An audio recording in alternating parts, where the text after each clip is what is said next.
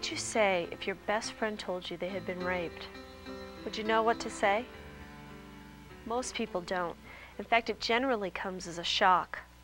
We have a tendency to believe that rape is something that happens to other people, and it can bring up some very uncomfortable feelings. This program will show you a few simple approaches on how to be helpful to people who have suffered from the trauma of rape. Rape is more than one person forcing another person into a sexual act. Survivors must reevaluate reality as they know it. They have to create new meanings about life, trust, safety, relationships, and mostly about themselves. It is a difficult process, yet with support from friends and family, it can make a world of difference.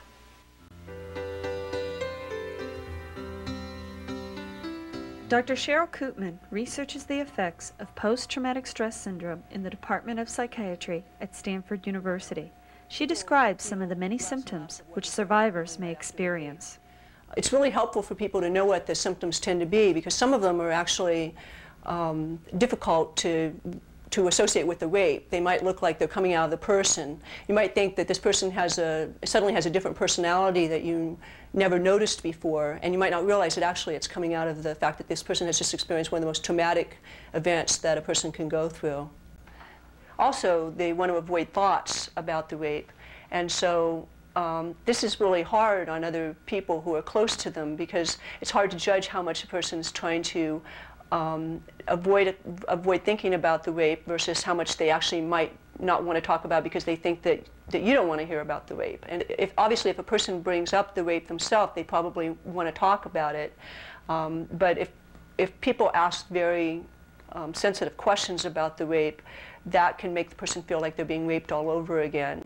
The person sometimes looks like they're in a trance, or they look like they're in a daze, but also they can look happy. Sometimes that's a giveaway that the person is dissociating. If they've just been raped and they're acting like everything's normal and everything's fine, that means that they're probably dissociating. The experience was so painful for them that they can't get access at that moment to their real feelings. And so dissociation can involve numbing to normal feelings. And it can also involve being in a daze, being totally unaware of the surroundings, which it's like the anxiety symptom of confusion. It can be dangerous and interfere with things like driving and performing complicated work.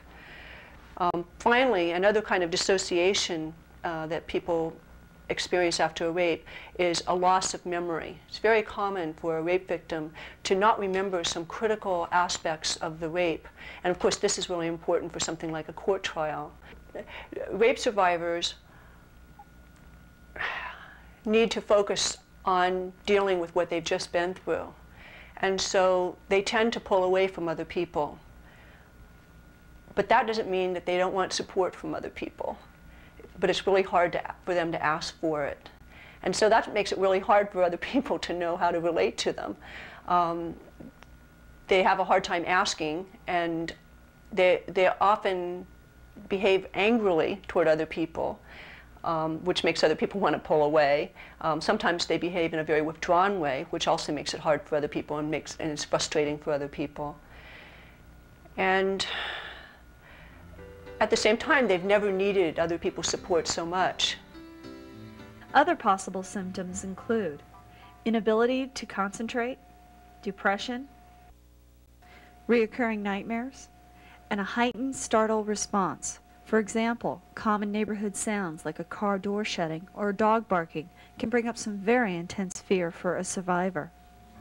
Keep in mind, these symptoms will go away. Most people have a difficult time believing that men can be raped. Eugene Porter, a therapist and clinical director of San Mateo Rape Trauma Service, explains some of the issues involved. Well, for men, the whole issue of rape is just filled with impossible contradictions, dilemmas. And so men don't want people to know that they got raped, because people will say of them, well, what kind of man are you?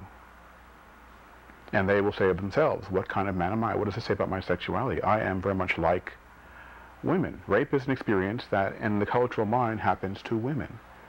And look at how we treat men or boys who reflect, you know, behaviorally what we think of as female. I have had many boys tell me that they can't talk about not just being raped, but they can't talk about, they can't go to an authority and say, well, somebody's bothering me. Someone is harassing me. I have to fight. That's the only appropriate way to respond to that situation, because if I ask for help, and if it gets known that I cannot protect myself, or I won't protect myself, then I get attacked even more. I also think that we need to move beyond the cultural perception that victimization simply can't happen to men.